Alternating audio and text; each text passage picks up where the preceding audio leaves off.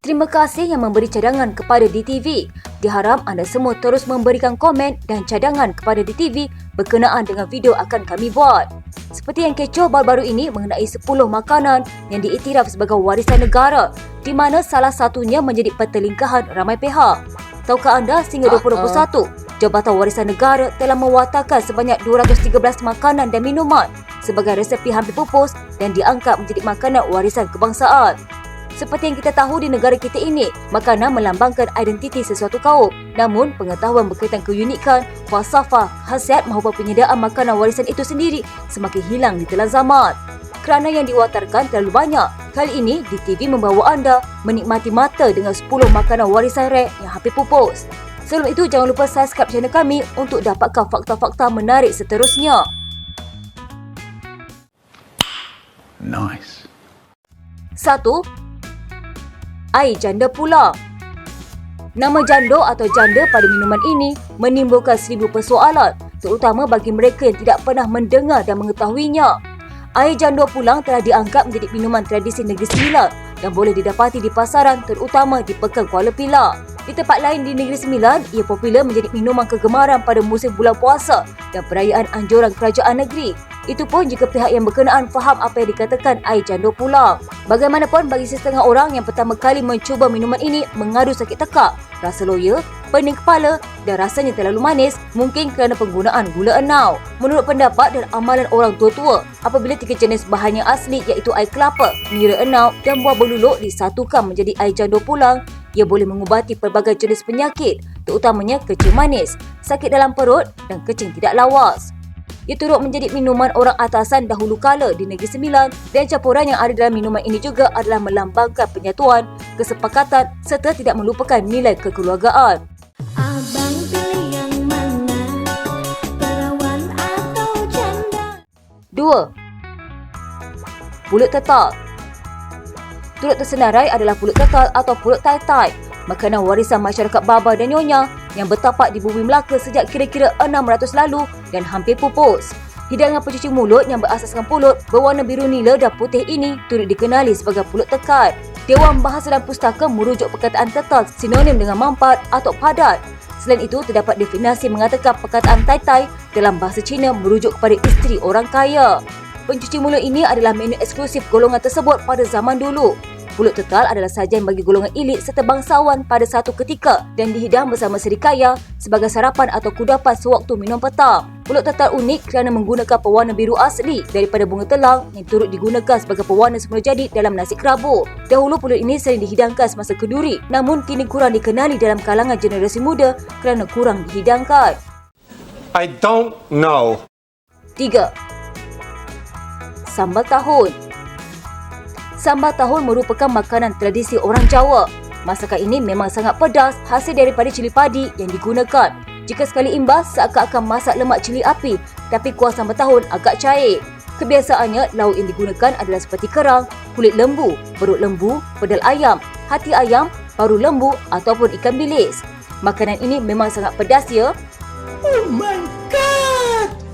Nak tahu kenapa masakan ini namanya sambal tahun?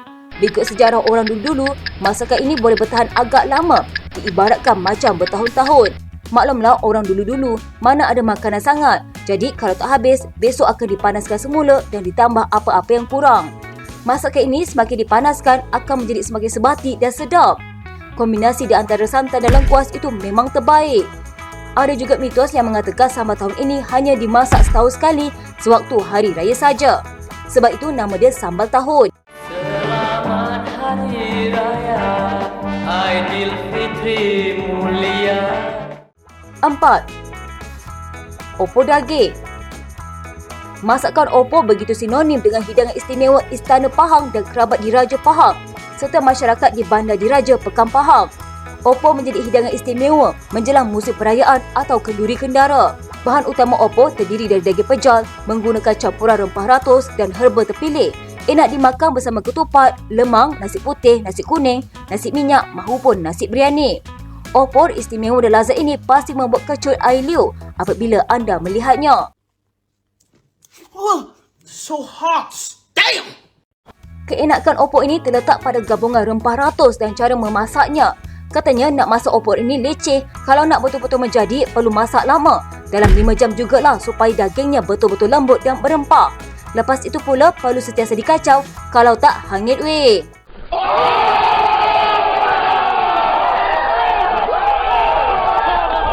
Kalau nak tahu beza opor dengan rendang biasa, boleh tengok pada warna. Selalunya opor ni warna gelap seakan-akan hitam, rendang pula warna coklat. Duduk cerita pasal opor, tiba-tiba kecoh air liur. Kalau ada sesiapa buat rumah terbuka hidang opor, panggil kami okey?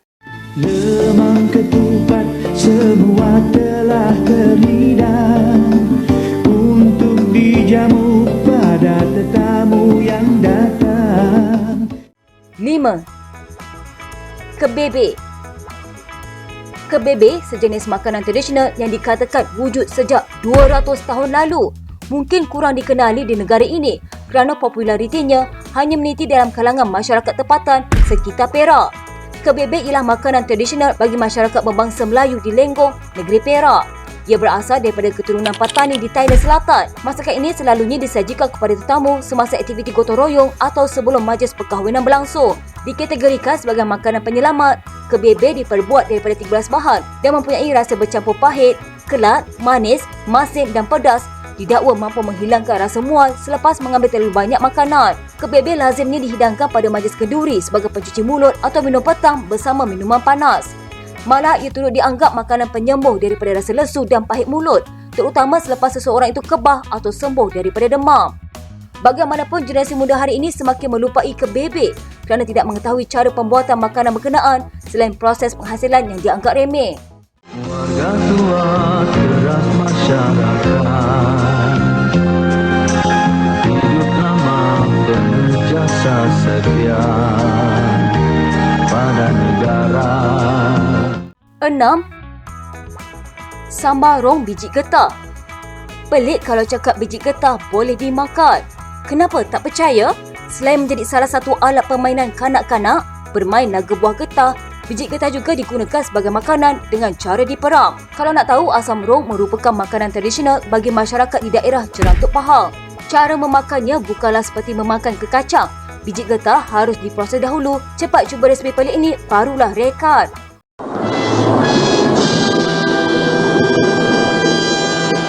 Uniknya ialah asam rong ini diperbuat dari biji getah atau biji buah pera yang dikutip dari bawah pokok getah lalu diproses menjadi asam rong. Perkataan asam rong ini berasal dari perkataan isi rong, iaitu merujuk kepada bahagian isi dalam buah, dan perkataan asam itu kerana kaedah penyimpanan dan pembuatan asam rong ini sama dengan asam yang lain. Sambal rong biji getah ini sangat mudah untuk disediakan. Buah getah dibersihkan dan dibuangkan kulit luar yang keras dan selupatnya dibasuh dan ditumbuk bersama cili kecil dan garam.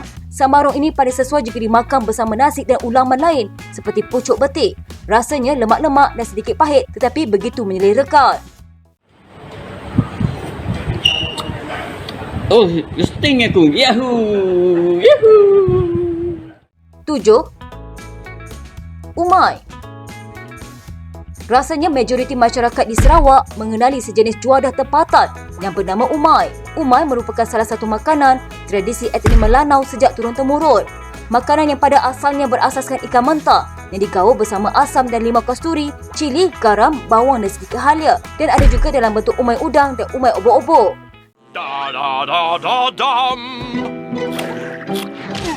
Dahulu ianya dikenali di kalangan masyarakat Melanau sahaja dan kini ianya juga menjadi antara juadah yang disukai masyarakat dari pelbagai etnik di Sarawak. Namun ada kisah menarik tentang umai untuk dikongsi bersama, iaitu kisah asal-usul umai.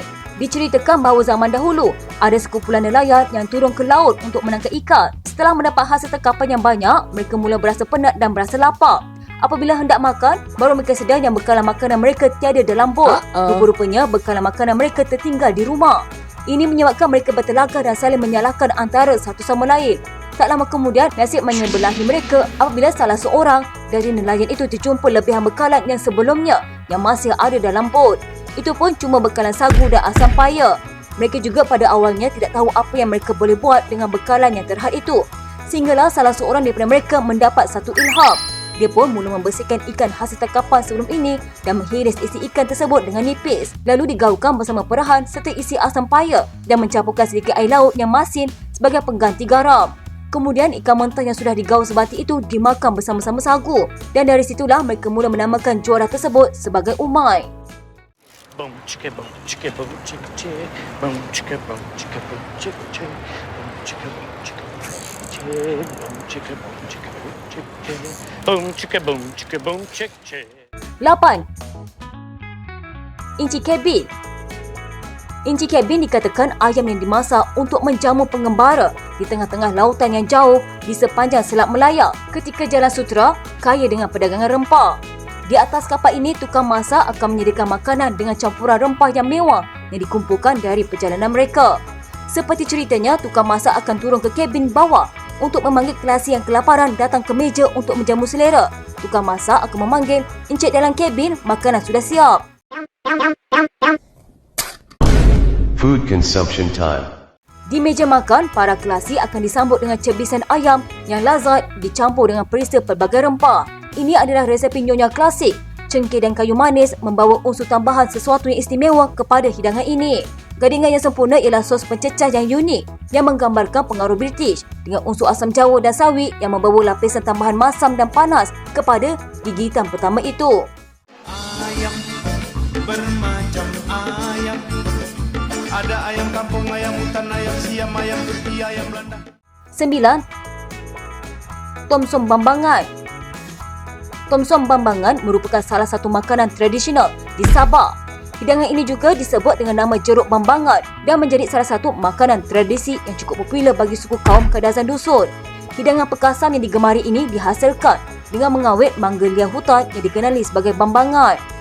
Berbanding dengan mangga biasa, bambangan mempunyai ciri tersendiri. Ia lebih masam, kurang manis dan memancarkan wangian yang unik. Buahnya mempamerkan kulit yang tebal, coklat gelap, daging masak kuning cerah dan biji yang lebih besar. Pokok bambangan berasal dari Borneo, kebanyakannya ditemui di hutan liar atau tanaman belakang rumah yang bertaburan di dalam kampung. Ia menonjol dalam pelbagai hidangan asli di seluruh Sabah dan bahagian lain di Borneo. Makanan ini merupakan jeruk, jadi ianya boleh disimpan dan boleh bertahan lebih daripada seminggu. Pada kebiasaannya, tomsom bambangan yang muda akan dimakan bersama nasi dan sambal belacan, manakala jeruk tomsom bambangan yang telah masak akan dijadikan ulam yang dicampurkan bersama cili dan garam. Rasa pedas dan kaya dari hidangan istimewa jeruk ini menambah kelainan yang menarik pada hidangan, menggembirakan penduduk tempatan dan juga pengunjung. Tinggi gunung Kinabalu, tinggi lagi sayang sama kamu. 10. Mas Sejemput. Kuih mas sejemput merupakan sejenis hidangan kuih tradisional Melayu yang lemak manis yang dihasilkan dengan menggunakan kuning telur yang dimasak dalam air gula, sama seperti kuih jalemas tapi mempunyai cara penyediaan dan rupa yang berbeza. Nama mas sejemput mungkin diambil dari warnanya yang kuning keemasan dan cara menghasilkannya dengan setiap satu dibentuk jemput kepit dengan tangan. Secara tradisi, warna kuning keemasan dihaskan bagi golongan raja-raja sahaja. Kuih mas sejemput ini lebih popular di sebelah pantai timur, terutama di Kelantan dan Terengganu yang sudah biasa dan mempunyai banyak hidangan kuih yang manis-manis belaka. Oleh itu, kerana kos pembuatan yang tinggi, ia tidak banyak dijual begitu sahaja dan biasanya mas sejemput yang bermutu perlu ditempah lebih awal dan biasanya hanya ditempah bagi acara istimewa. Ia lebih popular sebagai hidangan pengantin kerana kandungan kuning telur dan gula yang tinggi dikatakan sebagai pemberian tenaga yang baik. Kuih mas sejemput kurang popular di negeri lain di Malaysia disebab rasanya yang amat manis. Ia mempunyai rasa berspan yang disira dalam air gula. Kuih mas sejemput disediakan dengan kuning telur yang dipukul sehingga naik sedikit dan dicedok dalam air gula yang menggelegak. Selepas beberapa lama apabila masak, adunan itu diangkat dan kemudiannya dijemput dengan tangan kepada bentuk akhir. Kuih mas sejemput mempunyai bentuk yang khusus dan berlainan seperti tiga segi beropol. Bukan emas permata yang ku pinta. Jadi itulah senarai 10 makanan warisan yang hampir pupus. Orang kita makan macam-macam. Tidak kira pagi, petang, siang, malam. Jangan lupa tinggal komen serta cadangan untuk video kami seterusnya. Semoga berjumpa lagi di video akan datang. Terima kasih.